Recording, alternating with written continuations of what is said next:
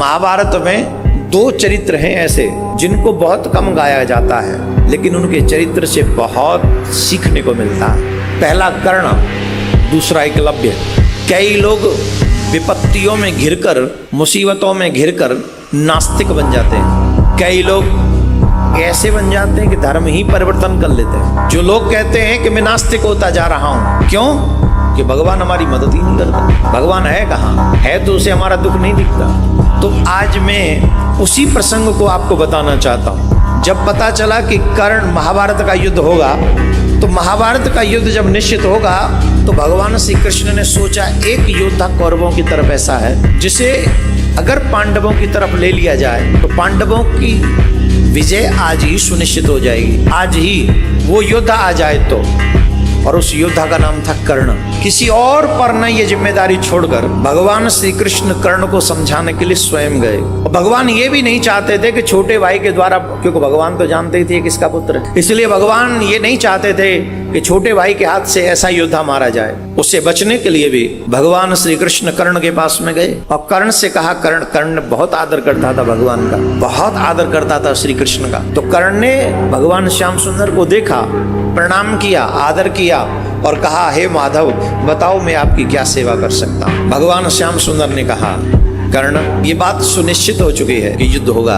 और मैं ये नहीं चाहता हूं कि तुम युद्ध अधर्म की पक्ष की ओर से करो। ये जगत जानता है कि दुर्योधन अधर्म के साथ युद्ध कर रहा है और पांडव धर्म के साथ युद्ध कर रहे हैं। पांडवों के साथ धर्म है, कौरवों के साथ अधर्म है। तुम जैसे महान योद्धा को अधर्म का साथ नहीं देना चाहिए, तुम जैसे योद्धा को, महारथी को धर्म का साथ देना चाहिए। कर्ण ने कहा, माधव आप मेरे यहाँ पधारे, आपका स्वागत है, परंतु एक बात बताइए, मुझे इस समाज ने दिया क्या?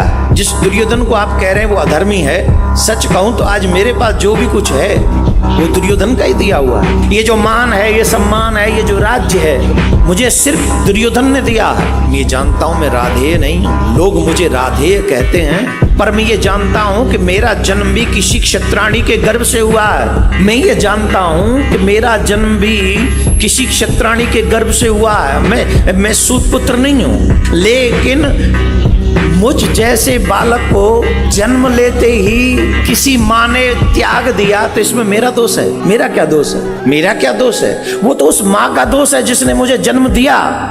मुझे जन्म ही क्यों दिया, और जन्म दिया तो मुझे त्याग क्यों दिया? इसमें मेरा क्या दोष है? मेरा कोई दोष नहीं, फिर भी उस दोष को मैं ढो रहा हूं। मुझे सूत पुत्र कहा जाता है, इसमें मेरा कोई कसूर नहीं। मैं द्रोणाचार्य के पास में गया, मैंने कहा मैं आपसे शिक्षा, धनुष विद्या सीखना चाहता हूं। तो उन्होंने कहा तुम सूत पुत्र हो, मैं तुम्हें शिक्षा नहीं दे सकता, क्योंकि मैंने सिर्फ क्षत्रियों को धनुष विद्या सिखाने का वचन लिया है। मैं जानता था उनका पुत्र तो ब्राह्मण पुत्र हुआ, फिर भी वो अपने पुत्र को धनुष विद्या दे रहे थे, पर मुझ पात्र को भी कुपात्र बना दिया। मुझे धनुष विद्या नहीं सिखाई। क्या ये मेरा दोष था कि मेरी माँ ने मुझे जन्म लेते ही फेंक दिया, छोड़ दिया, त्याग दिया? मुझे सूत पुत्र कहा गया। मेरे योग्य होने पर भी द्रोणाचार्य ने मुझे विद्या दान नहीं दिया, ये मेरा दोष है। इतना ही नहीं, कृष्ण मेरे गुरुदेव परशुराम भगवान, एक ने क्षत्रिय न होने की वजह से मुझे विद्यादान नहीं दिया, धनुष विद्या नहीं सिखाई, और दूसरे ने मुझे क्षत्रिय समझकर ये शाप दे दिया कि तुमने जो विद्या सीखी है ये तुम्हारे काम नहीं आएगी, तुम भूल जाओगे।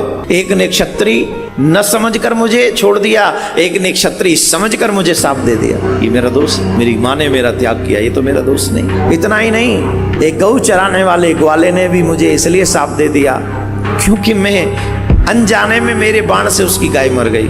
मेरा दोष नहीं था, मैंने जानबूझ के कुछ नहीं किया, फिर भी मुझे शाप सहन करना पड़ा। मैं जानता हूं कि दुर्योधन अधर्मी है, मैं जानता हूं कि वो जिद्दी है, मैं जानता हूं कि वो कुमार्ग पर जा रहा है। मैं द्रौपदी के स्वयंवर में उन सभी योद्धाओं से श्रेष्ठ था जो स्वयंवर में मौजूद थे। वे मत्स्य वेदन कर सकता था, उस मछली की आंख को मैं निशाना बना सकता था, लेकिन द्रौपदी ने भरी सभा में मुझे सूत पुत्र का, एक योद्धा का अपमान किया। ये बार बार अपमान सहा है कृष्ण मैंने। आज जो भी मेरे पास है ना वो दुर्योधन का दिया हुआ है, और मेरा धर्म कहता है जिसने तुम्हारा मान रखा है उसको विपत्ति काल में अकेला छोड़कर कभी नहीं जाना चाहिए। मैं अपने दुर्योधन के साथ खड़ा हूँ माधव, वो मेरा मित्र है, मेरे पास जो कुछ है वो उसी का दिया हुआ है।